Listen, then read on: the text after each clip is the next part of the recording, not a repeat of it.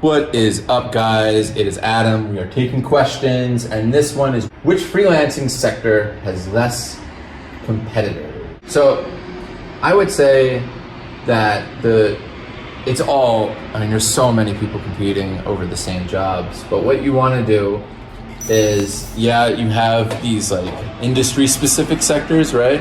But also there's these, I think, horizontal sectors where it's more like, okay, down here is like low wage, low skilled people, and then up here is high wage, high skilled people. So I think each vertical is going to be very competitive, but if you go on the upward slices, this up here in your high skilled is going to be much less competitive than the low skilled. So I think you have to start thinking about it like that, because I think there's room for every single vertical, whether it's writing or graphic design or sales funnels or automation or even coding, like all of it.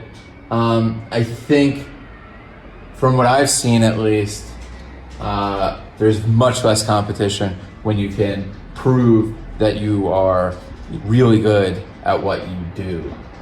Because, you know, I'll take you through some of the people that bid for a lot of the stuff that I post.